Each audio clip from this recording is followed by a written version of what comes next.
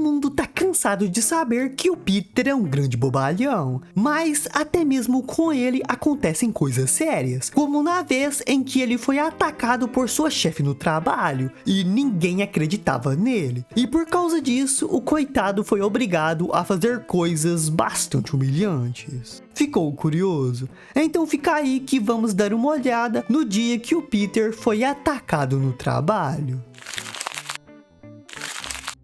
Tudo começa com Stewie participando de um musical na escola sobre a legalização da eutanásia. E ele fazia papel do Plug, que seria puxado para a morte da paciente. No entanto, o moleque acaba ficando com muito medo do palco e simplesmente mija na calça e depois começa a chorar. Mas o Peter não tava nem aí pra isso. Ele se importava mesmo era com um ator famoso que estava na plateia. E por isso ele simplesmente larga a peça e começa a perseguir o cara com uma câmera. E depois ele ainda vende essas filmagens para um programa de fofoca na TV.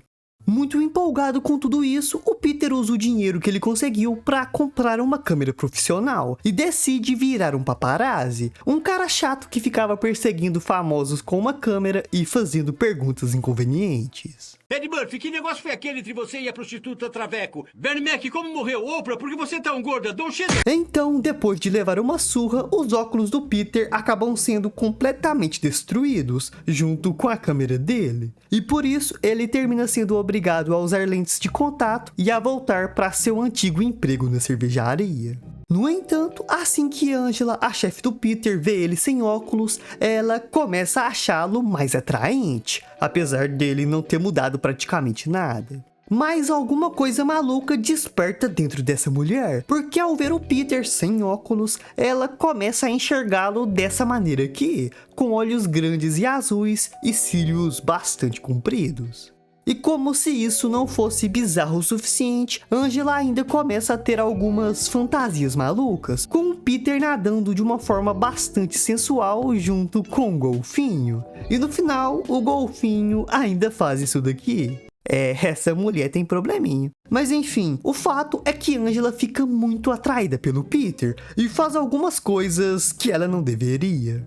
Depois disso, quando volta para casa, Peter, muito abalado, desabafa com sua família e conta que tinha sido assediado sexualmente no trabalho. Mas a Lois não acredita nele, porque segundo ela, mulheres não podiam assediar homens, já que os homens gostavam de ser tocados, e se eles gostavam, não podia ser assédio. Mas o Peter faz questão de afirmar com todas as letras que ele não tinha gostado nem um pouco do que aconteceu no trabalho. Mas a Meg interrompe eles, dizendo que ela também tinha sido assediada na escola, porque seu professor de química ficou massageando seus ombros por 35 minutos no dia em que ela foi sem sutiã para a escola.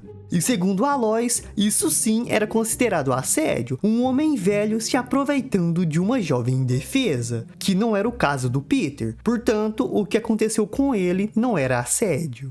E assim, no outro dia na cervejaria, Angela arruma um novo uniforme pro Peter e ainda o obriga a fingir que estava em um posto de gasolina. O Peter, ele não queria fazer isso, mas ela ameaça demiti-lo caso não fizesse. E por isso, para não perder seu emprego, o Peter acaba fazendo tudo que ela mandava. Um tempo depois, já com suas roupas normais, Peter encontra um buraco na parede da sala que trabalhava, com instruções muito específicas para ele enfiar a mão lá dentro. O que contra sua vontade ele acaba fazendo, e muito desesperado ele começa a desejar que tivesse um cavalo faminto lá dentro. Acho que já dá para imaginar o que estava acontecendo. Mas nem à noite Angela dava sossego pro Peter, porque ela simplesmente liga pra casa dele. E aterrorizado, Peter não queria atender, mas ainda não acreditando nesse negócio de assédio contra homens, Lois o faz atender. E a doidona da Angela simplesmente não queria conversar. Ela na verdade queria apenas escutar a respiração do Peter enquanto chegava lá. Se é que me entendem. Mas, não querendo fazer isso, o Peter apenas coloca o telefone ao lado do Chris, que estava dormindo, e deixa a Angela escutar a respiração dele. No outro dia, no Ostra Bêbada, Peter conta para seus amigos que Angela queria que ele fosse até a casa dela naquela noite para trabalhar em um projeto especial. Mas ele não queria ir, porque sabia que ela o forçaria a transar. Se você transar com ela, vai dar poder pra ela. Se você não transar com ela, você é gay. Não tem como ganhar. Então, para que seu amigo não fosse demitido, Quagmire acaba bolando um plano bastante maluco. Ele simplesmente se esconde dentro das roupas do Peter para poder ficar com a Angela no lugar dele. E desse jeito, o Peter vai até a casa de sua chefe e inventa uma história maluca de que queria transar de roupas porque achava seu corpo muito feio. E ela aceita isso numa boa. O problema é que assim que vê Angela, Quagmire a acha muito feia e no último minuto ele decide abandonar o plano, o que o Peter não concorda e por isso os dois começam a brigar ali mesmo, revelando assim o plano maluco deles. E mesmo depois de tudo isso, a Angela ainda queria ficar com o Peter. Porém, ele não aguentava mais ser chantageado. E dessa vez, o Peter diz que não se importava em ser demitido. E por isso, ele simplesmente vai embora. Depois disso, Peter vai pro bar encher a cara. E ele fica tão bêbado, mas tão bêbado, que enquanto assistia um filme onde um cara batia em uma mulher, ele começa a alucinar que o cara do filme mandava ele largar de ser um pau mandado e ir atrás da Angela para poder espancá-la. E mostrar para ela que os homens nunca deveriam ser maltratados por mulheres. E assim, furioso, Peter volta até a casa da Angela. Mas sua fúria vai totalmente embora quando ele percebe que sua chefe estava tentando se matar na garagem. E se esquecendo completamente de sua rixa com ela, o Peter vai lá e a salva. E depois ainda pergunta por que ela tinha feito aquilo. Muito abatida, Angela explica que não tinha motivo para continuar vivendo, já que ninguém a amava.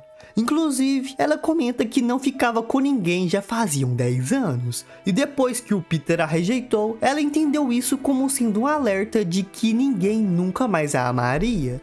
E muito comovido com essa história de sua chefe, o Peter simplesmente solta isso daqui. Eu vim aqui pra socar você e talvez dar um murro em seus peitos. Mas agora eu mudei de ideia. E depois ele diz que iria ajudá-la e que conhecia um cara perfeito para poder ficar com ela. E quem era esse cara? O próprio Peter, mas disfarçado. Ele se passa por um milionário chamado Reginald, e ele acreditava fortemente que estava irreconhecível com aquele bigode falso, e que a Angela não tinha percebido que era ele. E assim, os dois têm uma noite maravilhosa, que termina com o Peter indo até a casa da Angela, onde ele inventa uma desculpa de que estava com uma doença terminal e que tinha apenas mais 24 horas de vida, e que por isso ele tinha que ir embora. Mas, ao ouvir isso, Angela mais uma vez ameaça se matar caso ele não dormisse com ela, e não querendo que ela morresse, o Peter acaba cedendo. E depois de toda essa loucura, Angela diz que tinha conseguido o que precisava e promete parar de tentar se matar sempre que fosse rejeitada por alguém, já que agora ela se sentia melhor do que nunca, tinha recuperado sua confiança e estava prontinha para sair e conhecer alguém. E com seu trabalho concluído, o Peter vai embora. Só tinha um pequeno problema. Te vejo no trabalho na segunda, Griffin.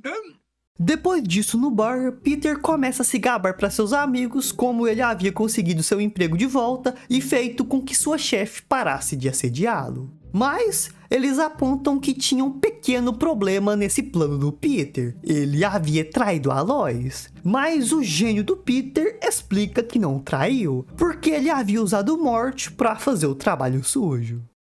Peter, quero meus $2! E se gostou do vídeo, dá uma olhada nesse outro aqui, onde eu mostro cenas deletadas de Uma Família da Pesada. Corre lá pra ver que tá bem insano.